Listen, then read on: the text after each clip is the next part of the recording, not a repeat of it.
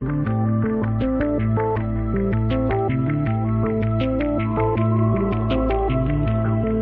obstacles to peace.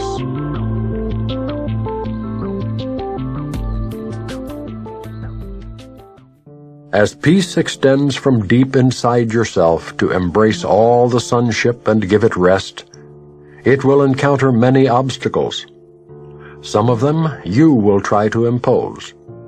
Others will seem to arise from elsewhere, from your brothers, and from various aspects of the world outside. Yet peace will gently cover them, extending past completely unencumbered. The extension of the Holy Spirit's purpose from your relationship to others, to bring them gently in, is the way in which He will bring means and goal in line.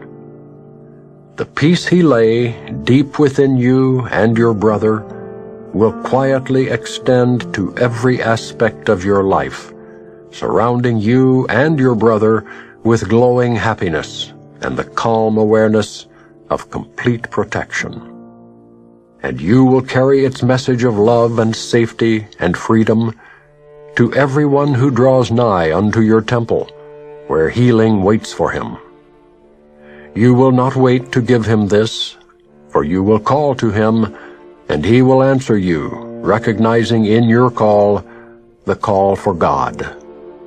And you will draw him in and give him rest, as it was given you.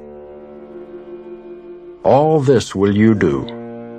Yet the peace that already lies deeply within must first expand and flow across the obstacles you placed before it. This will you do, for nothing undertaken with the Holy Spirit remains unfinished. You can indeed be sure of nothing you see outside you, but of this you can be sure. The Holy Spirit asks that you offer Him a resting place where you will rest in Him. He answered you and entered your relationship. Would you not now return His graciousness and enter into a relationship with Him? For it is He who offered your relationship the gift of holiness, without which it would have been forever impossible to appreciate your brother. The gratitude you owe to Him, He asks but that you receive for Him. And when you look with gentle graciousness upon your brother, you are beholding Him. For you are looking where He is and not apart from Him.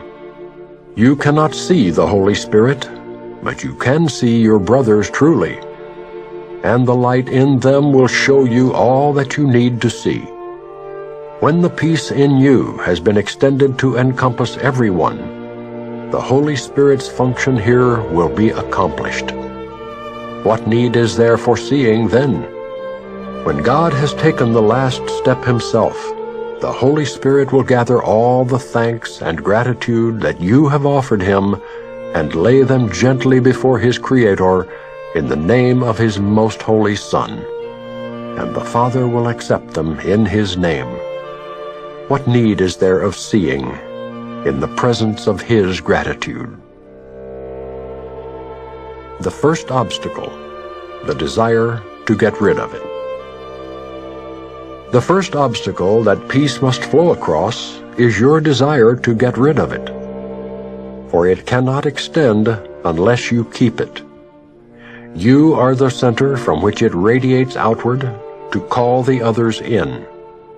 You are its home, its tranquil dwelling place from which it gently reaches out but never leaving you. If you would make it homeless, how can it abide within the Son of God? If it would spread across the whole creation, it must begin with you, and from you reach to everyone who calls, and bring him rest by joining you. Why would you want peace homeless?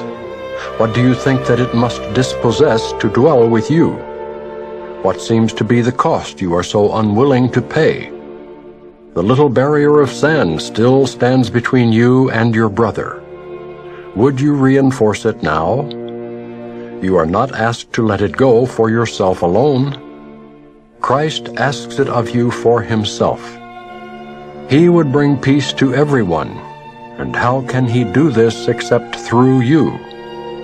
Would you let a little bank of sand, a wall of dust, a tiny seeming barrier stand between your brothers and salvation?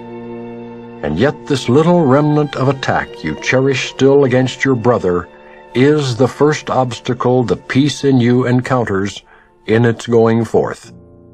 This little wall of hatred would still oppose the will of God and keep it limited. The Holy Spirit's purpose rests in peace within you, yet you are still unwilling to let it join you wholly. You still oppose the will of God just by a little, and that little is a limit you would place upon the whole. God's will is one, not many. It has no opposition, for there is none beside it. What you would still contain behind your little barrier and keep separate from your brother seems mightier than the universe, for it would hold back the universe and its creator.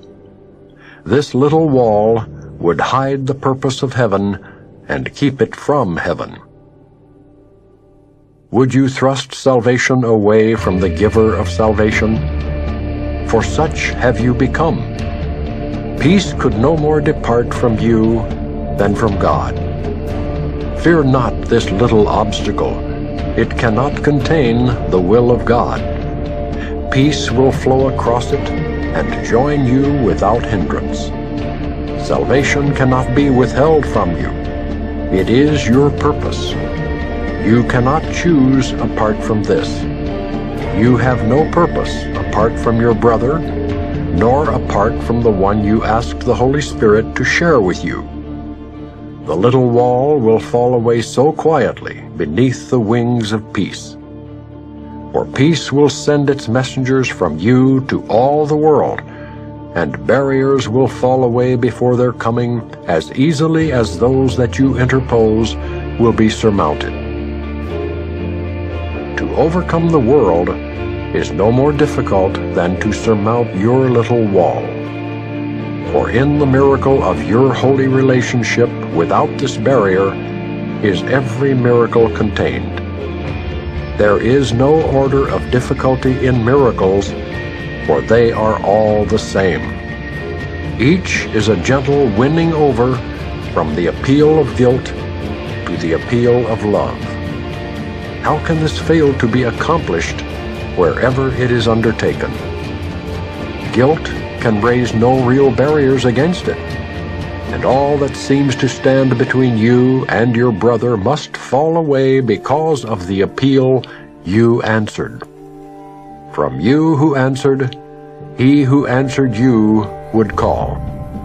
His home is in your holy relationship. Do not attempt to stand between him and his holy purpose, for it is yours. But let him quietly extend the miracle of your relationship to everyone contained in it as it was given. There is a hush in heaven, a happy expectancy, a little pause of gladness and acknowledgement of the journey's end. For heaven knows you well, as you know heaven. No illusions stand between you and your brother now. Look not upon the little wall of shadows. The sun has risen over it. How can a shadow keep you from the sun? No more can you be kept by shadows from the light in which illusions end. Every miracle is but the end of an illusion. Such was the journey, such its ending. And in the goal of truth which you accepted must all illusions end. The little insane wish to get rid of him whom you invited in and push him out must produce conflict.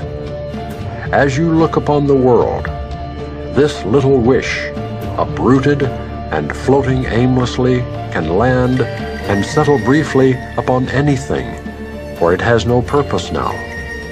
Before the Holy Spirit entered to abide with you, it seemed to have a mighty purpose, the fixed and unchangeable dedication to sin and its results. Now it is aimless, wandering pointlessly, causing no more than tiny interruptions in love's appeal. This feather of a wish, this tiny illusion, this microscopic remnant of the belief in sin, is all that remains of what once seemed to be the world. It is no longer an unrelenting barrier to peace. Its pointless wandering makes its results appear to be more erratic and unpredictable than before. Yet what could be more unstable than a tightly organized delusional system? Its seeming stability is its pervasive weakness, which extends to everything. The variability the little remnant induces merely indicates its limited results. How mighty can a little feather be before the great wings of truth? Can it oppose an eagle's flight, or hinder the advance of summer?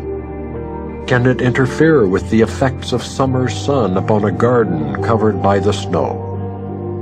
See but how easily this little wisp is lifted up and carried away, never to return, and part with it in gladness, not regret. For it is nothing in itself, and stood for nothing when you had greater faith in its protection. Would you not rather greet the summer sun than fix your gaze upon a disappearing snowflake and shiver in remembrance of the winter's cold?